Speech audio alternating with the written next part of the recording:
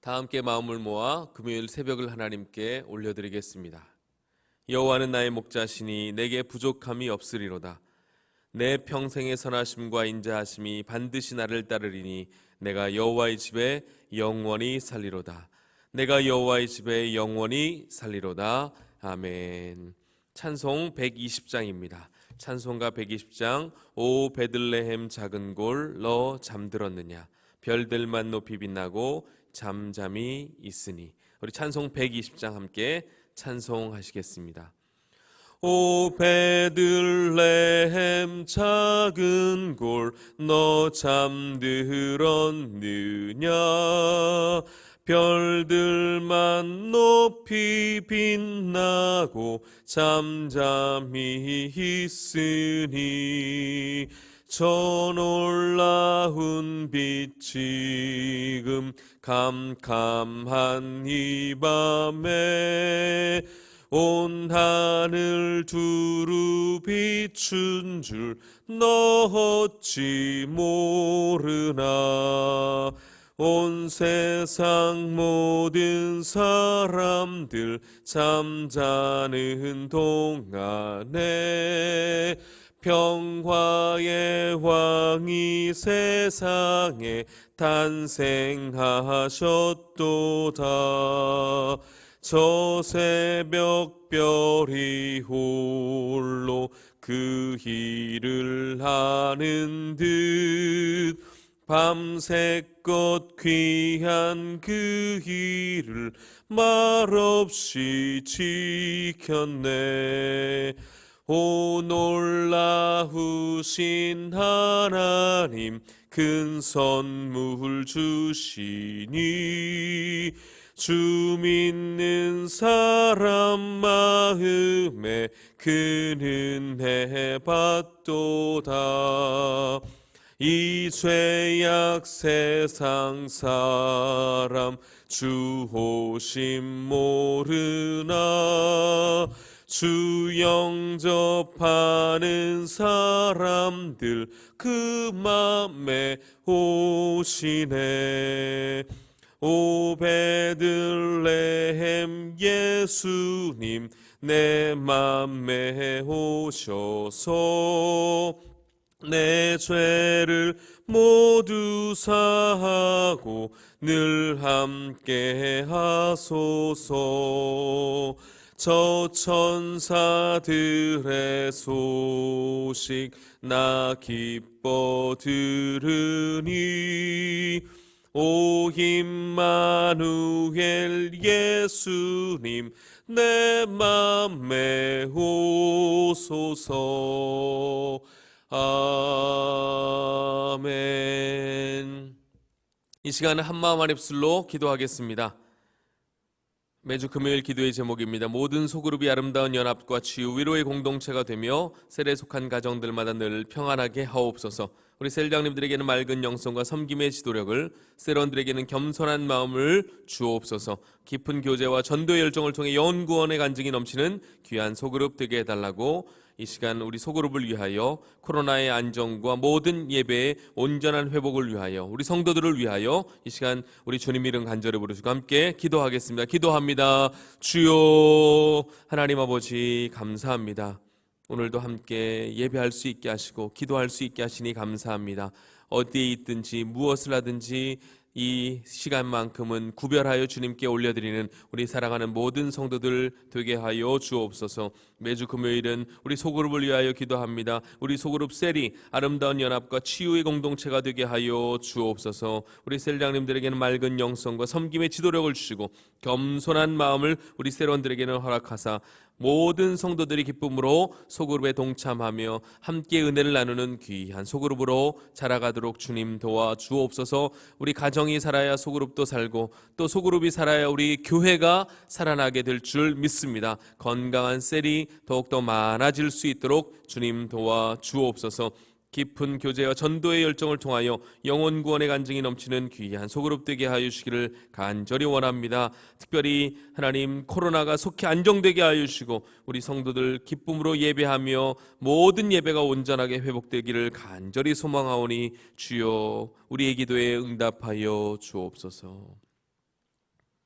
사랑의 주님 감사합니다. 오늘도 귀한 날을 주시고 이렇게 함께 또 기도의 자리에 예배의 자리에 우리가 모일 수 있게 하시니 감사합니다. 주님, 비록 비대면이지만 함께 어디에서 무엇을 하든지 주님과 동행하는 시간을 구별하여 드리게 하시고 또 이 시간을 통하여 주님 영광 받아 주옵소서. 특별히 금요일은 소그룹을 위하여 기도합니다. 우리 소그룹 셀이 건강한 셀이 되게 하시고 건강한 소그룹 되게 하시고 그 일을 통하여 하나님 영광 받아 주옵소서. 우리 20개의 셀이지만 더 많은 셀이 더 하나님 부흥하고 성장할 수 있도록 주여 도우시고 단순한 양적 부흥뿐 아니라 질적인 부흥과 함께 동반되는 귀한 셀의 성장이 있을 수 있도록 주님 도와 주옵소서. 코로나로 함께 모여서 우리 셀 그룹 셀이 함께 모이지 못하지만 주님 다시금 만나기를 소망하며 기대하는 그 마음을 우리 주님께서 받으시고 속히 모든 것이 회복되고 은혜 가운데 다시금 소그룹이 활성화될 수 있도록 주님 도와 주옵소서. 코로나가 속히 안정되게 하시고 모든 성도들 기쁨으로 예배하며 소그룹에 동참하여 영혼의 기쁨과 만족을 누리며 살아가는 우리 귀한 성도들의 삶이 될 수 있도록 주님 도와 주옵소서. 오늘도 귀한 말씀을 받습니다. 말씀 가운데 임재하실 하나님을 기대합니다. 주여 말씀하여 주옵시고 그 말씀을 붙잡고 살아가는 용기 있는 우리 성도들 되게 하여 주옵소서. 감사를 드리며 예수님의 이름으로 기도하옵나이다. 아멘. 오늘 우리에게 주신 하나님 말씀은 미가서 4장 1절에서 5절까지의 말씀입니다. 구약성경 미가서 4장 1절에서 5절까지의 말씀 우리 찾으셨으면 제가 봉독해 드리겠습니다. 끝날에 이르러는 여호와의 전에 산이 산들의 꼭대기에 굳게 서며 작은 산들 위에 뛰어나고 민족들이 그리로 몰려갈 것이라. 곧 많은 이방 사람들이 가며 이르기를 오라 우리가 여호와의 산에 올라가서 야곱의 하나님의 전에 이르자. 그가 그의 도를 가지고 우리에게 가르치실 것이니라. 우리가 그의 길로 행하리라 하니니 이는 율법이 시온에서부터 나올 것이요 여호와의 말씀이 예루살렘부터 나올 것임이라. 그가 많은 민족들 사이에 이를 심판하시며 먼 곳 강한 이방 사람을 판결하시리니 우리가 그 칼을 쳐서 보습을 만들고 창을 쳐서 낫을 만들 것이며 이 나라와 저 나라가 다시는 칼을 들고 서로 치지 아니하며 다시는 전쟁을 연습하지 아니하고 각 사람이 자기 포도나무 아래와 자기 무화과 나무 아래에 앉을 것이라. 그들을 두렵게 할 자가 없으리니 이는 만군의 여호와의 입이 이같이 말씀하셨음이라. 만민이 각각 자기의 신의 이름을 의지하여 행하되 오직 우리는 우리 하나님 여호와의 이름을 의지하여 영원히 행하리로다. 아멘.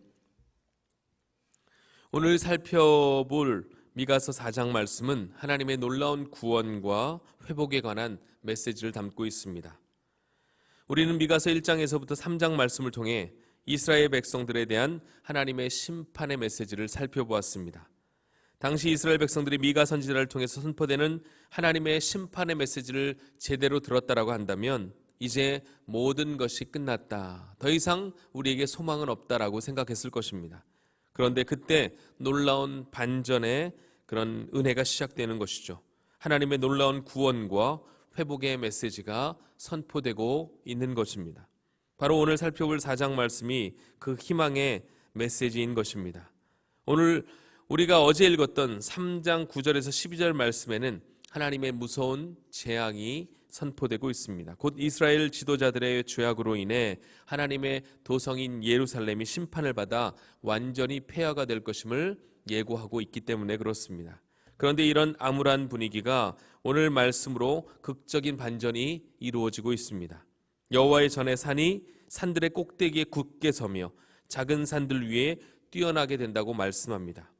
그리하여 많은 민족들이 그리로 몰려올 것이라고 하는데 많은 이방 나라들이 여호와의 산에 올라 야곱의 하나님의 전에 이르자라고 한다는 것입니다. 율법이 시온에서 하나님의 말씀이 예루살렘에서 나올 것이라고 합니다. 그들이 하나님의 말씀에 가르침을 받고 그 길로 행하겠다고 합니다. 또한 이 칼을 농기구로 만들고 창으로 낫을 만들 것이라고 합니다. 다시는 칼을 들고 서로 싸우지 않으며 전쟁을 하지 않으며 포도나무와 무화과 나무 아래에 앉아서 평화의 시대를 만끽하게 될 것이라고 말씀합니다. 한마디로 심판이 구원에 대한 기대로 바뀌어지고 있는 장면입니다. 그럼 오늘 말씀을 통해 미가서가 우리에게 주시는 교훈은 무엇인가? 우리가 무엇을 가지고 기도의 제목으로 삼아야 할 것인가? 크게 두 가지로 살펴보도록 하겠습니다. 먼저 구약 시대에는 하나님의 말씀이 시온산과 예루살렘에서 나왔습니다. 그에 반해 신약 시대에는 하나님의 말씀이 어디에서부터 선포됩니까? 바로 교회이죠. 여기서 율법과 여호와의 말씀은 문자 그대로 하나님의 말씀을 의미하기도 하지만 하나님의 구원을 의미하는 또 다른 말씀이기도 합니다. 왜냐하면 구원은 오직 하나님의 말씀으로만 비롯되기 때문에 그렇습니다. 결국 율법과 여호와의 말씀이 시온과 예루살렘에서 나온다는 것은 결국 교회가 하나님의 구원의 통로가 될 것이라는 말씀입니다. 요즘 사회 전반적으로 교회에 대한 시각이 부정적이고 또 그런 부정적인 말들이 많이 오고 가지만 그것과는 상관없이 하나님은 여전히 교회를 통해 구원받은 자들을 부르신다는 거예요. 그리고 그 교회를 통해 지금도 하나님은 일하고 계시고 교회를 통해 하나님의 말씀이 선포되도록 하십니다. 그러므로 여러분의 교회를 소중히 여기십시오. 이곳에서부터 하나님의 말씀이 증거되고 선포되어지기 때문에 그렇습니다. 우리의 살 길은 무엇입니까? 구약시대에 이스라엘의 살 길, 유일한 살 길은 하나님의 메시지를 받고 그 말씀대로 여호와께 돌아가는 것이었습니다. 오늘날도 동일하죠. 하나님의 메시지가 교회에서부터 강단에서부터 선포됩니다. 그렇다면 우리 성도들이 해야 할 일은 무엇입니까? 그 말씀을 받고 그 메시지를 받았다면 하나님께로 돌아가자. 여호와께로 돌아가자. 이것이 바로 우리에게 선행되어야 할 과제라는 것이요. 결국 그것이 은혜의 시작이라는 것입니다. 특별히 그날이 가까울수록 말세 지말이라고 하는데 더욱더 주님 오시는 그날이 가까울수록 어떤 이들은 모이기를 패하는 그런 나쁜 습관을 가지고 성도들에게 악영향을 끼친다고 성경은 경고합니다. 그럴 때일수록 히브리서 기자는 오직 권하의 그날이 가까움을 볼수록 더욱 그리하라고 말씀해 주고 있죠. 모이기를 피하지 말고 더욱더 사모하는 마음으로 성전에 모여서 예배하고 기도하는 일에 힘쓰라는 것입니다. 왜 그렇습니까? 이것이 우리의 믿음과 신앙을 지키는 매우 중요한 역할을 하기 때문에 그렇습니다. 오늘도 함께 모여 예배할 수 없음에 성도들은 안타까운 심정으로 기도하고 있습니다. 이 기도가 속히 우리 주님께서 응답해 주시는 기도로 우리에게 그렇게 응답으로 다가오기를 간절히 소망합니다. 교회가 교회의 역할을 다하도록 성도가 성도다울 수 있도록 우리 자신을 위하여 우리 교회를 위하여 우리는 더욱더 기도해야 한다는 것입니다. 그래야 우리 교회가 마지막 시대에 주님께서 분부하신 그 사명을 잘 감당할 수 있기 때문에 그렇습니다. 또한 하나님의 통치가 온전히 회복되는 그날이 오게 되면 모든 민족 간 국가 간의 전쟁은 사라지고 참 평화가 도래하게 될 것을 성경은 말씀하죠. 특히 3절에 무리가 그 칼을 쳐서 보습을 만들고 창을 쳐서 낫을 만들 것이라는 본문은 아주 유명한 말씀이에요. 유엔 본부의 벽면에 가면 이 말씀이 기록되어 있다고 합니다. 저도 가보진 않아서 직접 보진 않았지만 제가 책을 통해 접한 내용이에요. 하나님의 통치가 이루어지는 그날에 온전한 자유와 평화가 이루어질 것을 말씀하는 것이죠. 또한 4절에는 포도나무 아래와 자기 무화과 나무 아래에 앉을 것이라고 말씀합니다. 이것은 무엇을 의미합니까? 하나님의 통치가 지금 모든 영역에서 이루어지고 있지는 않지만 하나님의 다스리심을 받는 자에게는 지금도 이런 은혜, 자기 만족의 은혜가 주어진다는 것입니다. 하나님의 영으로 충만할 때 전쟁 같은 상황 속에서도 평화를 누릴 수 있고 결핍의 상황 속에서도 만족을 누리며 살아갈 수 있다. 이게 하나님의 백성에게 주는 특권이라는 것입니다. 다윗이 고백한 것처럼 내가 사망의 음침한 골짜기를 다닐지라도 해를 두려워하지 않을 것은 무엇 때문이라고 고백합니까? 주께서 나와 함께 하심이라. 주의 지팡이와 막대기가 나를 안위 보호하시나이다. 하나님이 나와 함께 하시기에 어려운 상황이지만 분명한 그런 결핍의 상황이지만 그런 상황과 환경에 관계없이 나는 하나님 한 분으로 만족합니다. 하나님 한 분 때문에 기뻐합니다. 내 영혼은 충만합니다. 이렇게 찬양하며 고백할 수 있다는 것입니다. 그렇게 우리가 점검해 보아야 할 것은 이것입니다. 여러분은 지금 평강의 복을 누리고 계십니까? 여러분의 삶 가운데 만족과 기쁨이 있으십니까? 그렇다면 여러분은 하나님의 영으로 성령 충만한 것입니다. 그러나 만일 그렇지 못하고 눈을 뜨면 늘 염려와 근심으로 하루가 시작된다거나 무엇을 채워도 여전히 만족함이 없는 결핍의 상태에 있다면 하나님의 영으로 우리는 충만하지 못한 상태라는 것입니다. 이것을 직시해야 합니다. 환경과 상황이 나를 그렇게 만들어가는 것이 아닌 내 영이 갈급함을 느낄 때, 가람을 느낄 때 그것이 때로는 염려로 때로는 불만족으로 나타나는 것입니다. 그러므로 우리 성도들 스스로가 성령 충만하시기를 바랍니다. 그 시작은 결국 말씀 충만이죠. 그래서 우리는 교회를 사랑해야 합니다. 성전으로부터 흘러나오는 그 하나님의 메시지를 받고 그 말씀을 묵상하고 그 말씀을 붙잡고 기도할 때 우리는 다시금 영적 선순환의 은혜를 누리며 우리의 만족과 기쁨이 주님께로 온다는 사실을 확인할 수 있게 되는 것입니다.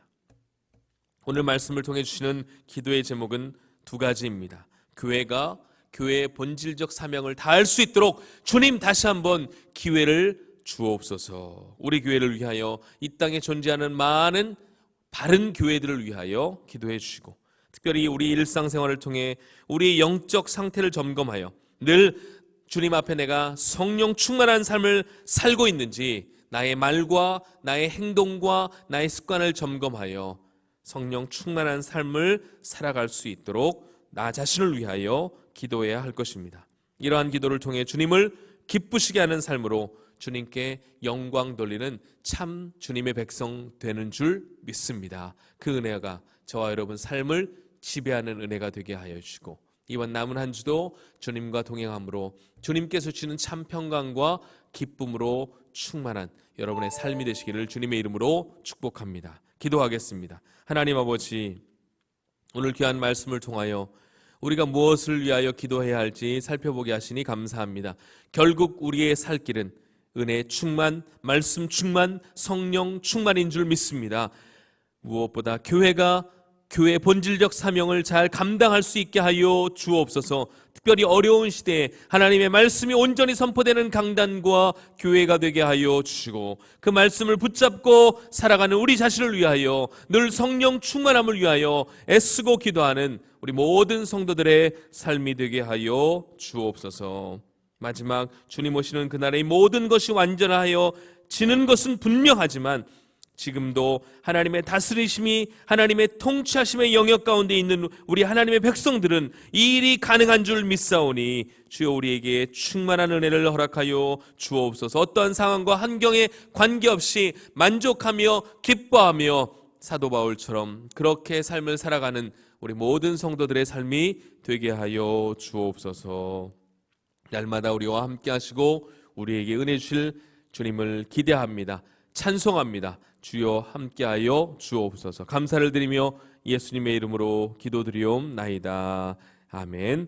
들으신 말씀을 기억하며 각자 가지고 나오신 기도의 제목들 가지고 자유롭게 기도하시고 특별히 주일 온전한 예배자로 설 수 있도록 우리 자신을 하나님 앞에 온전히 드릴 수 있도록 우리 자신을 위하여 우리 가정을 위하여 이 시간 주님 이름 간절히 부르시고 함께 기도하겠습니다. 기도합니다.